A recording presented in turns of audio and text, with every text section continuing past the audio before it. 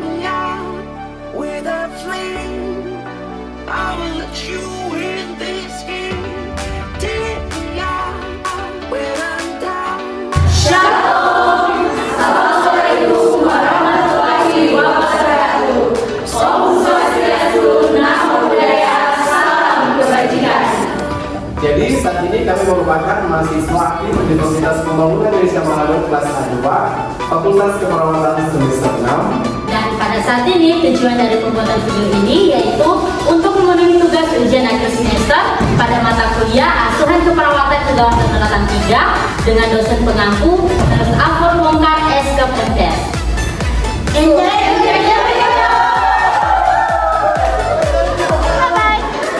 Nah, sebelum masuk pada video simulasi penanganan demam pada anak, di sini kita harus mengetahui apa itu kejang dan demam. Nah, kejang demam ini adalah suatu kondisi pada anak atau bayi yang mengalami peningkatan suhu tubuh di atas rentang normal yaitu 38,8 derajat Celcius dan disertai dengan kejang.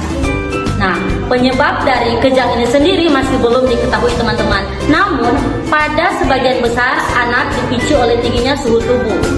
Nah, biasanya suhu demam di atas 38,8 derajat Celcius ini dan terjadi di saat suhu tubuh anak naik dan bukan pada setelah terjadinya kenaikan suhu tubuh. Adapun tanda-tanda kejang demam meliputi yang pertama, demam yang biasanya di atas 38,9 derajat Celcius. Yang kedua, jenis kejang menyentak atau kaku otot. Yang ketiga, gerakan mata abnormal atau mata dapat berputar-putar atau ke atas. Yang keempat, suara pernapasan yang kasar terdengar selama kejang. Yang kelima, penurunan kesadaran. Keenam, kehilangan kontrol kandung kemih atau pergerakan usus. Selanjutnya muntah, dan yang terakhir dapat menyebabkan mengantuk atau kebingungan setelah kejang dalam waktu yang singkat. Kemudian kita masuk pada pemeriksaan diagnostik. Beberapa pemeriksaan penunjang yang diperlukan dalam mengevaluasi kejang demam diantaranya sebagai berikut. Yang pertama, pemeriksaan laboratorium. Kedua, fungsi lumbal. Ketiga, EEG. Keempat, pencitraan atau CT scan atau MRI kepala. Selanjutnya, pelaksanaan medis. Pertama, terapi medikamentosa, yaitu terapi medikamentosa adalah terapi ini pertama yang dipilih dalam menangani penderita epilepsi yang baru terjadi diagnosa. Jika memulai pengobatan, peningkatan yang mulai dengan rendah, lanjutkan dengan lambat atau start low atau slow, akan mengurangi risiko intoleransi obat. Ini 30 detik, download 2001. Yang kedua, terapi beda epilepsi. Tujuan terapi beda epilepsi yaitu pertama, mengendalikan kejang dan meningkatkan kualitas hidup pasien epilepsi yang refrakter. Pasien epilepsi dikatakan refrakter apabila kejang menetap meskipun telah diterapi selama 2 tahun dengan setidaknya 2 OAE yang paling sesuai untuk jenis kejang atau jika terapi medikamen menghasilkan efek samping yang tidak dapat diterima terapi beda.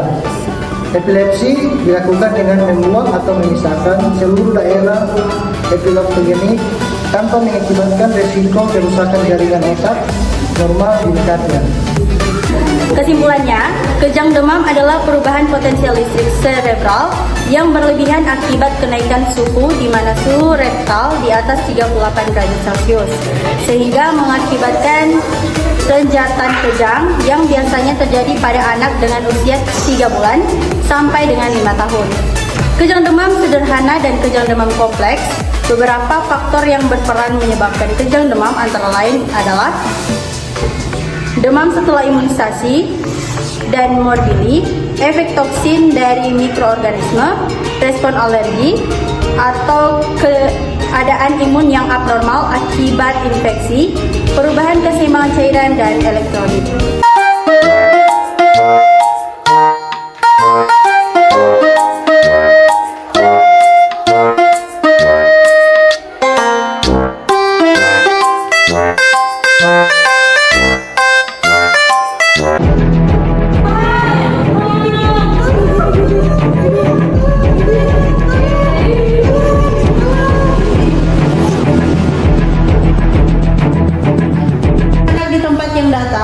dan luas sehingga anak tidak terbentur atau tertimpa benda tertentu saat kejang.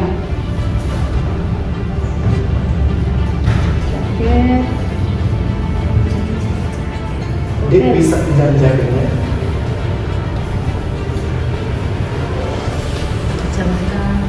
Belum.